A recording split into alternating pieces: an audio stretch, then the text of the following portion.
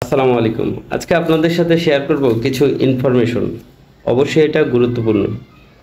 বর্তমানে ঢাকা শহরের নতুন প্রেমিক প্রেমিকাদের সবচেয়ে বেশি যে সমস্যায় ভোগে সেটা হলো ডেটিং প্লেসের সংকট।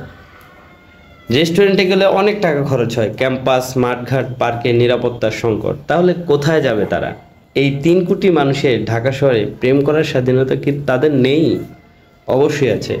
সেই সব কাপলদের কথা ভেবেই আমি আজ নিয়ে এসেছি নিরাপদে প্রেম করার কয়েকটি অসাধারণ ঠিকানা। যেমন ধরেন, আগারগাঁও পাসপোর্ট অফিসে চলে যাবেন, দুজন মিলে সকাল সকাল চলে যাবেন। একটু ঘুরলেই দেখতে পাবেন এনআইডি ভেরিফিকেশনের বিশাল লাইন। লাইনে আবার দাঁড়িয়ে থাকা লাগে না, বসার ব্যবস্থা আছে আলহামদুলিল্লাহ। একদম লাইনের শেষে গিয়ে দুজন বসে পড়ুন আর যতক্ষণ ইচ্ছা গল্প করুন। হাত ধরে বা কাঁধে মাথাও রাখতে পারবেন, কেউ কিছু মনে করবে না। সবাই ভাববে হাজব্যান্ড ওয়াইফ। কারণ পাগল না হলে কোনো প্রেমিক প্রেমিকা পাসপোর্ট অফিসে প্রেম করতে আসবে? কেউ কিচ্ছু বুঝবে না। লাইন শেষ হতে 2-3 ঘন্টা লাগবে মিনিমাম।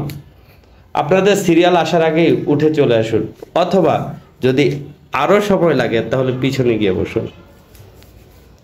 সোহরাওয়ার্দী যেতে পারেন, পঙ্গু পিজি হসপিটালে বহির্বিভাগে গিয়ে 10 টাকার টিকিট কেটে ভালো কোনো কর্নারের বেঞ্চ দেখে বসে পড়ুন। এখানে চাইলে কাঁধে মাথা রাখার পাশাপাশি একজন আরেকজনকে জড়িয়েও ধরতে পারবেন, শুয়েও থাকতে পারবেন। কেউ কোনো সন্দেহ করবে না, কেউ দেখলে ভাববে খুবই অসুস্থ, এজন্য বুঝতে পারছেন না। কেউ কোনো সন্দেহও করবে না, মনের আনন্দে চিল করুন। আবার আপনি মিরপুর বা মোহাম্মদপুর থেকে গুলিস্তানগামী বাসে উঠে পড়ুন সন্ধ্যার আগে আগে। এই টাইমে প্রচণ্ড জ্যাম থাকে ঢাকা শহরে। অন্তত 3-4 ঘন্টা আরামে পাশাপাশি বসে প্রেম করতে পারবেন কোনো ঝামেলা ছাড়াই। মাঝে বিজয় সরণি বা নীলক্ষেত পড়লে তো আরও ভালো। ভাড়াও লাগবে সিএনজি উবার থেকে অনেক কম।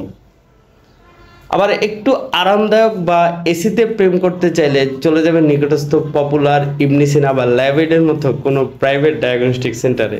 দেখবেন কোন ডাক্তারের কাছে রোগী সবচেয়ে বেশি, সেই ডাক্তারের সিরিয়াল দিবেন। কেউ কিছু জিজ্ঞাসা করলে যাতে ঝামেলা এড়াতে পারেন। তারপরে পেছন দিকে বা কর্নারে বসে পড়ুন আর এসির বাতাস খেতে খেতে প্রেম করুন নিশ্চিন্তে, কেউ কিচ্ছু মনে করবে না। বিকালে গেলে আবার আপনাদের সিরিয়াল আসতে আসতে কমপক্ষে রাত 8টা-9টা বাজবে। নাম ডাকার আগেই কেটে পড়ুন।